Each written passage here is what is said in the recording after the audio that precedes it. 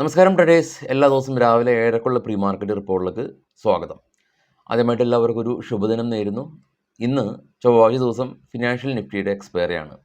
ഇന്നലെ നമ്മുടെ market close ചെയ്തിരുന്നത് വളരെ ബുള്ളിഷായ ഒരു അവസ്ഥയിലായിരുന്നു. നിഫ്റ്റിയും സെൻസെക്സ് എല്ലാം തന്നെ അതിൻ്റെ ഒരു പുതിയ ഒരു ഹൈ ക്രിയേറ്റ് ചെയ്തു. BSE കമ്പനീസ് എല്ലാം തന്നെ 400 ലക്ഷം കോടി രൂപ മാർക്കറ്റ് ക്യാപ്പ് കരസ്ഥമാക്കി വളരെ പോസിറ്റീവായിട്ടുള്ളൊരു ദിവസമാണ് ഇന്നലെ ഉണ്ടായിരുന്നത്. ഇന്ന് നമ്മൾ മാർക്കറ്റിലേക്ക് വരുമ്പോൾ ആദ്യമായിട്ട് നിഫ്റ്റി ഇൻഡിക്കേറ്റ് ചെയ്യുന്നത് ഒരു ഫ്ലാറ്റായ ഒരു ഓപ്പണിംഗ് ആണ്. കാരണം ഇന്നലെ US മാർക്കറ്റ് ഇന്നലെ ഏഷ്യൻ മാർക്കറ്റ് ഉണ്ടാക്കിയ ഒരു റാലി പോലെ അതീവ ബുള്ളിഷായിട്ടല്ല US മാർക്കറ്റ് റിയാക്ട് ചെയ്തത്. രണ്ട് കാരണങ്ങളാണ് ഉള്ളത്. ഒന്ന്, അവിടുത്തെ ഇൻഫ്ലേഷൻ ഡേറ്റ ബുധനാഴ്ച ഇന്ത്യൻ സമയം 6 മണിക്ക് വരും. അപ്പോൾ ഒരു രാജ്യത്തെ സംബന്ധിച്ച്, എസ്പെഷ്യലി US സംബന്ധിച്ച് പലിശ നിരക്ക് കുറയ്ക്കുമോ ഇല്ലയോ എന്നുള്ള ചോദ്യം ഒരുപാട് നാളുകളായിട്ട് ചോദിച്ചുകൊണ്ടിരിക്കുന്ന ഈ ഒരു അവസ്ഥയിൽ അവിടുത്തെ ഇൻഫ്ലേഷൻ മുമ്പ് മാർക്കറ്റ് സസ്റ്റെയിൻ ചെയ്യുകയും മാർക്കറ്റ് കൺസോളിഡേറ്റ് ചെയ്യുകയും ചെയ്യുന്നത് സ്വാഭാവികമാണ്. അപ്പോൾ അതുകൊണ്ട് ആ ഒരു അവസ്ഥയിലാണ് US മാർക്കറ്റ് ഉള്ളത്. പിന്നെ അവിടുത്തെ Q1 റിസൾട്ട്, ഇപ്പോൾ നമ്മുടെ Q4 റിസൾട്ടാണ് ഇപ്പോൾ വരുന്നത്. അതുപോലെ തന്നെ US മാർക്കറ്റിലെ Q1 റിസൾട്ട് വരികയാണ്. JP Morgan, city group, Wells Fargo തുടങ്ങിയ ലീഡിംഗ് ആയിട്ടുള്ള ലോകത്തിലെ ഏറ്റവും വലിയ ബ്രോക്കറിംഗ് സാമ്പത്തിക ശക്തികളുടെ കമ്പനികളുടെ റിസൾട്ട് വരികയാണ്. അപ്പോൾ അത് എന്തായിരിക്കും, എങ്ങനെയായിരിക്കും റിസൾട്ട് ഉണ്ടാകുക എന്നുള്ള ആ ഒരു പ്രതീക്ഷകളും US മാർക്കറ്റിനെ ഫർദറായിട്ട് റാലി ചെയ്യാതെ കൺസോളിഡേറ്റ് ചെയ്യാനായിട്ട് പ്രേരിപ്പിക്കുന്നുണ്ട്. അപ്പോൾ അതുകൊണ്ട് തന്നെ നിഫ്റ്റി ഒരു ഫ്ലാറ്റായ രീതിയിലോ അതല്ലെങ്കിൽ സ്ലൈറ്റ്ലി പോസിറ്റീവായ രീതിയിലുള്ള ഒരു ഓപ്പണിംഗ് ആണ് നമുക്ക് എക്സ്പെക്റ്റ് ചെയ്യാൻ സാധിക്കുക. നമ്മുടെ മാർക്കറ്റിലേക്ക് വരുമ്പോൾ ഇന്ന് കമ്പനികളുടെ ന്യൂസുകൾ നോക്കുമ്പോൾ ആക്സിസ് ബാങ്ക്, ബൈൻ ക്യാപിറ്റൽ എന്ന് പറയുന്ന ആക്സിസ് ബാങ്കിൻ്റെ പ്രധാന പ്രൊമോട്ടേഴ്സ് ഗ്രൂപ്പ് ഏകദേശം 3.34 CR ഷെയറുകൾ ബ്ലോക്ക് ഡീലിലൂടെ വിൽക്കുകയാണ് എന്നുള്ള ന്യൂസ് ഉണ്ട്. ഗ്ലാൻ ഫാർമ സെക്ടറിലെ ലീഡിംഗ് കമ്പനിയാണ്. ഗ്ലാൻ ഫാർമയുടെ തന്നെ മറ്റൊരു പ്രൊമോട്ടേഴ്സ് ഗ്രൂപ്പായിട്ടുള്ള നിക്കിയോ മെഷീനറി എന്ന് പറയുന്ന ഒരു കമ്പനി ഗ്ലാൻ ഫാർമയുടെ ഏകദേശം 4% നിക്ഷേപം വിറ്റുമാറുകയാണെന്നുള്ള ന്യൂസ്. ഓട്ടോ സെക്ടറുകൾ ഇന്നലെ അതിശക്തമായ റാലി രേഖപ്പെടുത്തി ഓട്ടോമൊബൈൽ അസോസിയേഷൻ്റെ ഒരു റിപ്പോർട്ട് വന്നിരുന്നു.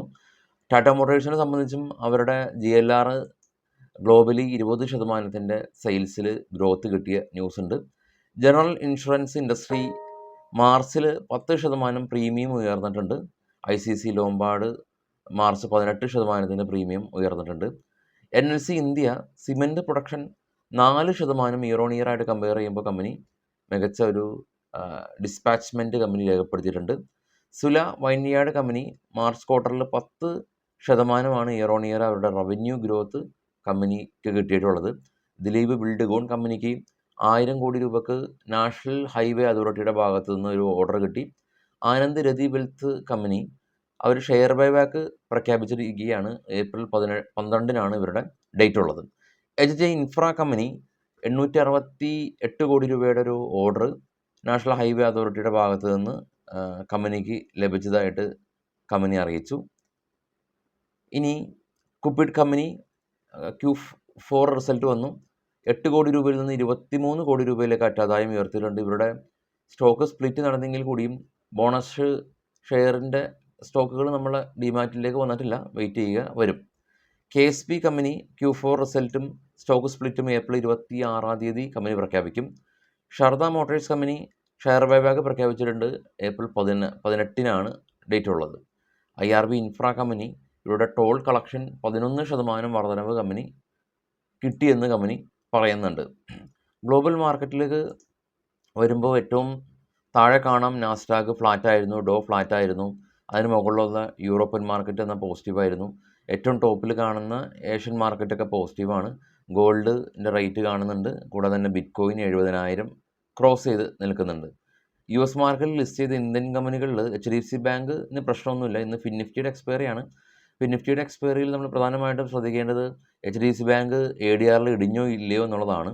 കാരണം ഫിൻനിഫ്റ്റിയിൽ ഏറ്റവും കൂടുതൽ ഇൻഫ്ലുവൻസ് ചെലുത്തുന്നത് HDFC ബാങ്കാണ്, ഈവൻ ബാങ്ക് നിഫ്റ്റി ആണെങ്കിൽ കൂടിയും. വിപ്രോ CEO റിസൈൻ ചെയ്ത ന്യൂസ് വിപ്രോ ADRൽ 2.5% ഇടിവ് രേഖപ്പെടുത്തിയിട്ടുണ്ട്.